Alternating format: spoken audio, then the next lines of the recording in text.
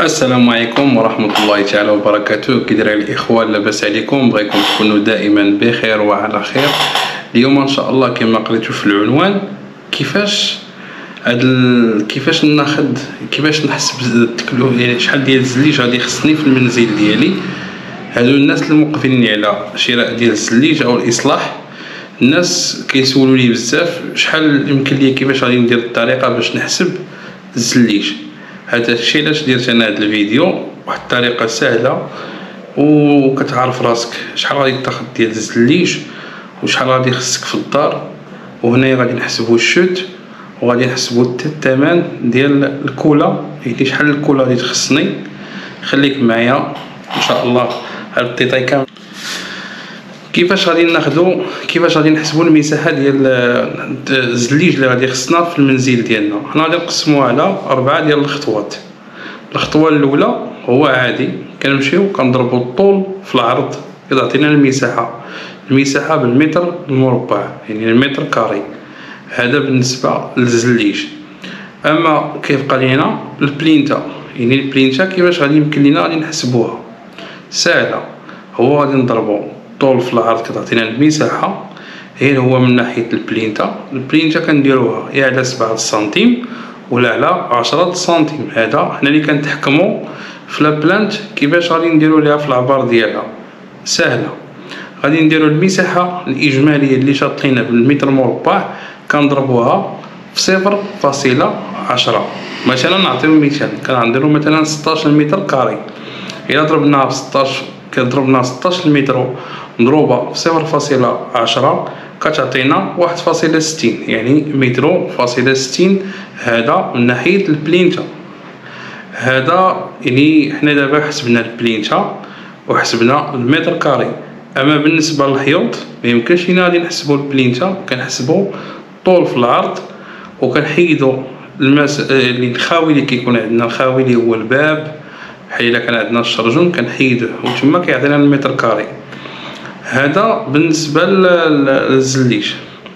راه غادي نحسبوا باقي عندنا مازال ما ساليناش الخطوه الثانيه. هو من بعد حسبنا المتر كاري وحسبنا المتر لينير، دابا غادي نحسبوا الشوت، يعني الشوت شحال غادي يبقى لينا. الا كان الزليج غادي نطلقوه سامبل بحال هذا الشكل هذا، يعني غادي نحسبوا 5%. ولا كنا غادي نديروه فوسيكير بحال هذا الشكل هذا كتشوفوه، غادي خصنا غادي نحسبوا 10% ديال الشوت. هذا الشيء اللي كاين. وعندنا واحد المساله اخرى، من بعد حسبنا الشوت مع المتر مربع مع المتر لينير.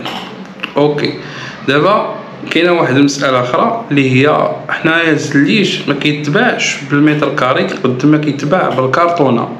يعني الكرتونه كما كتشوفوا هكا، كتشوفوا في هذا الموديل، يعني اي زليج كما غادي يكون، يعني كيف ما كان ديال اي شركه كيكون فيه الكرتونه، يعني المتر كاري في الكرتونه. يعني كنشوفوا مثلا كاين الزليج اللي كتلقى فيه متر، الكرتونه فيها متر و74، كاينه كرتونه اللي فيها متر و64. كل كرتونه وشنو كيكون فيها مكتوب، ماشي مشكل، سهله. يعني حنايا دابا باش غناخدوها بالكرتونه، يعني غادي نديرو المساحه اللي شاط لينا زائد البلينتا زائد الشوت، ياك كنضربوها في العدد ديال الكرتونات اللي كتكون مسجله في الكرتونه.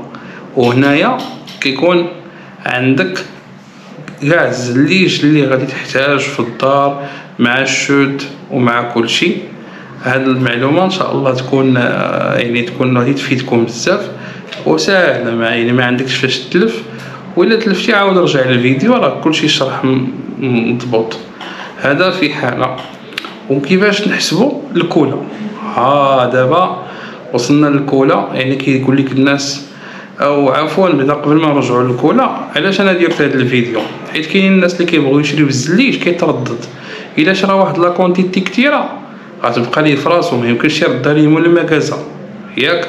وإلا شرا واحد الكونتيتي قليله يقدر فاش يسالي الزليج يخصو شي زليجات يرجع يلقى ستوك ما كاينش ولا الطبعه التاليه، وهنا كيكون ليه اختلاف. وهاد المشاكل كنشوفهم دائما.